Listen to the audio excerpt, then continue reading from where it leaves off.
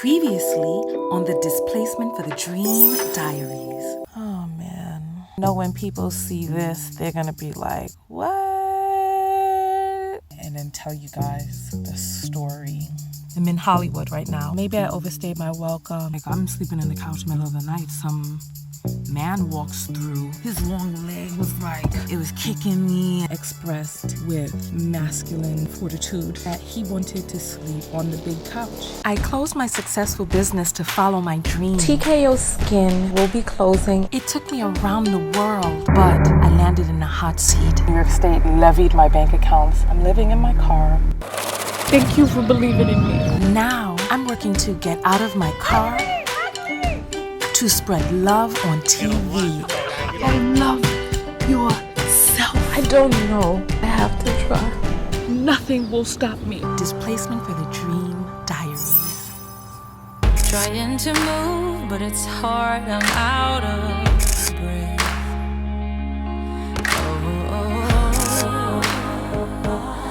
Nothing belongs to you. Today's Displacement for the Dream Diaries. Hello, knockouts. I'm back. I'm sitting outside the gym right now, and I just wanted to talk. My heart feels broken. My heart feels broken in a way that I can't even describe. I feel a sort of way because, like, after I got up and everything, I went back into the house and I went to go edit the video. I went to go edit today's video, but I got a late start. I mean, by the time I got inside, it was already 9 o'clock in the morning. So it was like, that's the time that I would typically publish, but I didn't. The video's still not edited. This morning, I miss having the protection and the care of a man. I miss that. I miss having a boyfriend. I miss having a man friend. I miss having a partner. I miss that you and me against the world kind of bond that you have with your significant other. I miss that. It's such a weird conundrum. It's a weird place to be in because I went inside the house to just get my computer together. Sat down there to try to edit, and I realized while I was in the car that all night this man had his ringer on. Even while I was sitting there, like, the text messages were coming through and the phone was ringing and like all of these different sounds, and I was like, this is just ridiculous. So it's like a good thing I didn't sleep in there because it would have been all of that going all night long. It's like, how inconsiderate is that? Like yesterday, when I told him that he could sleep on the couch while I did my work, he was sleeping in there and he was like farting, and it was just like, it was like, I don't know, it was like, it was just, I mean, it's a part of life, but it was just like, to be in that space, with a male who is not my partner, who I don't have any type of interest, inclination, or relationship with in any way, not even a friendship, and to be there having to be in that closed space with his farts and him sleeping and all of that, it was just ugh. And so that's why last night I'm happy that I spent the night in my car. However, what I was saying about that bond that you have, that me against the world, not even just a romantic bond, but after my surgery in 2007, and I saw the way people, anybody who's ever been sick, that people get funny when you're sick. Like, even now that I'm in this car situation, you see a lot of people are turning on me because it's like, I don't know, people, when they smell blood in the water, they lunge. But sickness makes people uncomfortable. Weakness makes other human beings uncomfortable because it was kind of like they felt like my sickness would be transferred to them by default or by osmosis or by association.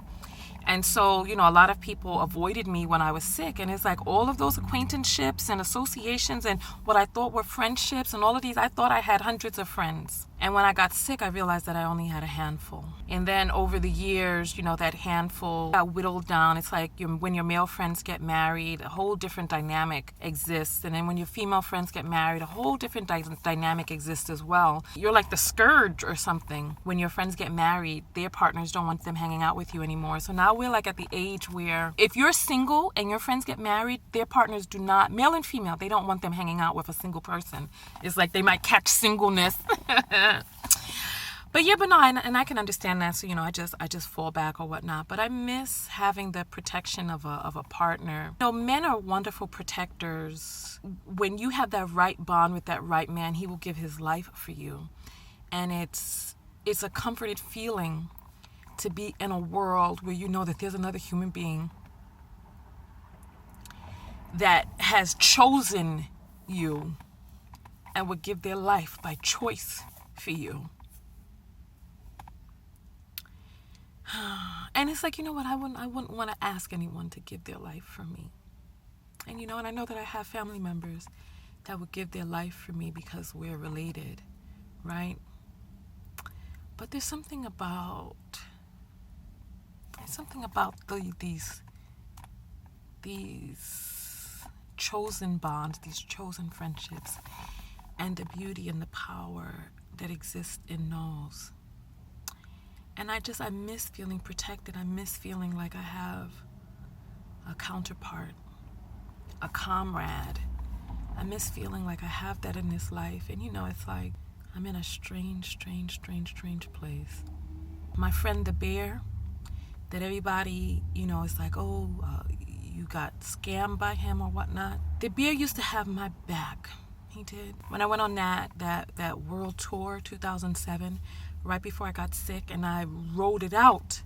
I rode it till the wheels fall off. I rode it till the wheels fell off, and I went on that trip and I spent down to the last penny. But at that time I had some stocks and some bonds and stuff. But I remember when I got into Europe, because I traveled all through the Middle East, and when I got into Europe, that euro was strong in 2007. And that euro, with those bank fees and stuff, it wiped out my account. That it took everything that I had liquid. I had to liquefy some stocks. It was on a Wednesday, and it was going to take like 3 days to process. So the third day would have been like a Saturday or something like that. And so I had to wait until that Monday to be able. So it was like from a Wednesday till a Monday until I could have the money in my account. And when I called the bear sent me money. It was like, what we gonna do? How we gonna handle this? Blah, blah, blah. Yeah, he had my back. He took care of me. He looked out for me. And I looked out for him, but by the time it came for him to look back out for me, the season had passed. It was nice having a person like that in my corner. It's like things have changed over the years. When he had his child, things changed. It's like, it's like when we grow up, when we start getting our significant others and start having children and our priorities shift and our bonds shift, I don't know, things changed. And you see how he did me and how he left me. So it's like, I don't know, I miss knowing that I have somebody like that in my corner, that, back against the wind, hell, high water, we in this together kind of. If you need me, I got you. It's like, this is why, it's like people, I use the word associate, and I'm not using the word friend, because it's like, if come hell, high water, I know I can't call you or count on you, and vice versa, I can't really call you a friend. I'm sorry. I can't. So it's like, I miss that. When I get out of this situation, I'm definitely going to look into really dating and finding a really good person to partner with. Men can be some of the best and some of the worst experiences or blessings or lessons or whatever. But men can be some of the best and some of the worst simultaneously. When you have a really good man and he's in your life and he's a protector and he has taken to you and wants to protect you and cover you, that's an amazing feeling. However, if that man has not bound with you and does not want to protect you and does not care about you, that situation, the dysfunction of that, I can't think of the word, excuse my lack of eloquence. When you have a strong person who is in your corner, who wants to protect you, that's a great and a mighty and a powerful and an uplifting thing.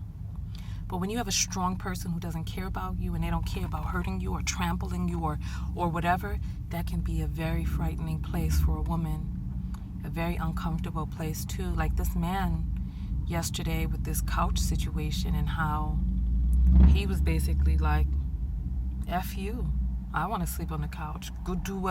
Go sleep on the floor, go sleep somewhere else. It's like, If the right man cares about you, it's an amazing thing. If the wrong man doesn't, it can be an amazingly awful thing.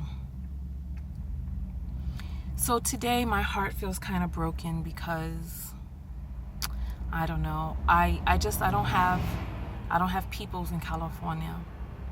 I don't have peoples in California. And one of my closest friends turned his back on me. And my other closest friend, she has a new family. And so, her priorities and her availability and all of that has also changed. So it's an interesting place to be. After my surgery, I stopped trusting a lot of people, but I know that now I have to really open up my life and open up my heart to be able to let new people in, let new friendships in, find new relationships and let those flourish. All right, let me get out of here. I'm going to go to the gym and go work this out. I'll talk to you guys in the next video. Last video, when I was finishing up the last video, I'd gotten a text. I saw it come in on the phone from the person who's hosting me. And in my imagination, I was imagining the worst in the text. I was thinking that it was going to be some, hey, this is not really working. Instead of leaving the day after tomorrow, can you leave today? That has been like one of my biggest fears throughout this situation. Every day I would live with the fear of getting kicked out and not really having a plan or backup plan. And so the text was it was a nice text, but it didn't really address the situation with this roommate and the couch thing. And that, I don't know. I feel a way about that. I don't know. There's just something weird. I told my friend about the situation and he was like, whatever happened to chivalry or whatever. I find that on average, men are not chivalrous to everyone. That there are particular people that they decide to dole their chivalry out to. And if you're not one of those particular people, F you. That's what I have found. And we are all at varied stages of love and self-love and being loved and giving love. And I find that, especially with a lot of black men, ones who have not had examples in their lives of like fathers and the chivalry that these fathers gave, or maybe an example of a father who was not chivalrous, that type of stuff is replicated. That a lot of black men especially are just kind of like making up the rules as they go along. And I find that human beings in particular are very animalistic, very pack mentality, mob mentality. I find that humans are just really animalistic. And if you leave a child to raise itself, it'd be like a wild animal. And so some of these men who didn't grow up with fathers are really just kind of making it up as they go along, and a lot of them perpetuate dysfunction or are really they don't understand the responsibility and the place that they have in this world as men. Some people are going to be like, oh, blah, blah, blah, blah. Point blank, men are the protectors of women. It's like in the world that we live in, women would not be able to make it in the world if it were not for the protection of men. Men are stronger, faster, bigger, more aggressive, have more testosterone than women. And if men are not protecting women, this whole world will go to crap. All right, let me hug you guys and then I'm gonna go. All right, hug me. Oh, I love you guys very much. Go out there and love one another. Most importantly, what? Love yourself. I don't have any words of wisdom at this closing. So I'll see you in the next video. Peace. Next time on the Displacement for the Dream Diaries. Now this is a video I really didn't want to make, where we talk about the ups and the downs. I feel isolated, I feel on my own. Something changed in me. When I hit emotional rock bottom, it's about time for me to push on from this place in Hollywood. And where I'm pushing on to, I really don't know. The Displacement for the Dream Diaries. I'm getting chills when they tell me you're not yourself. Trying to move, but it's hard, I'm out of